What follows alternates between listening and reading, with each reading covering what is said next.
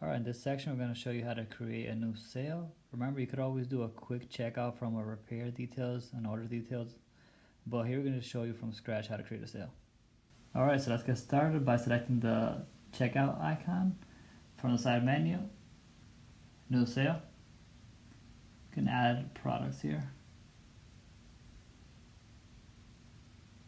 Alright, so here we add an item. You can update the price just by tapping on the item. Let's add some more items here.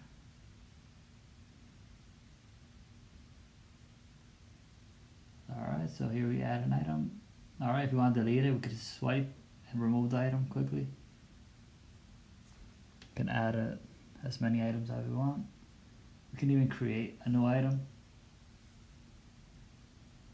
So let's just quickly create a new item here just by typing the item details.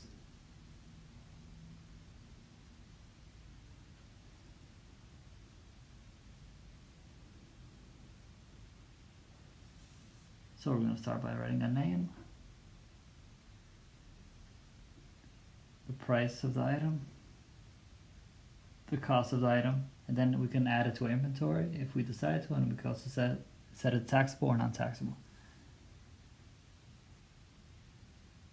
We can link a customer to that sale, that's optional. And we just go ahead and check out. We have to install Square. Thanks for watching this tutorial. Feel free to go to the App Store and you can download RepairSpots and you can start your free 30-day trial.